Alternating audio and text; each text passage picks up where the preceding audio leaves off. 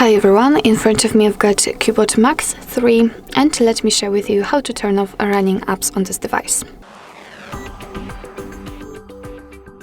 So basically you can do it using two different ways depending on what kind of navigation type you've got set.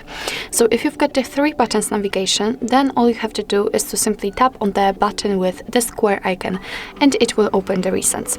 On the other hand, if you've got the gestures, just like me, all you have to do is to simply swipe your finger up and hold it somewhere here, just like that. And after releasing, you can see that here we've got all previously opened apps. So if you want to, you can close only one of it or two of them, just find them and swipe it up just like that. But if you'd like to close all of them with only one click, just tap on this, let's say, broom icon, whatever. After tapping on it, we will be transferred to the home page again. So let's enter the recents to check.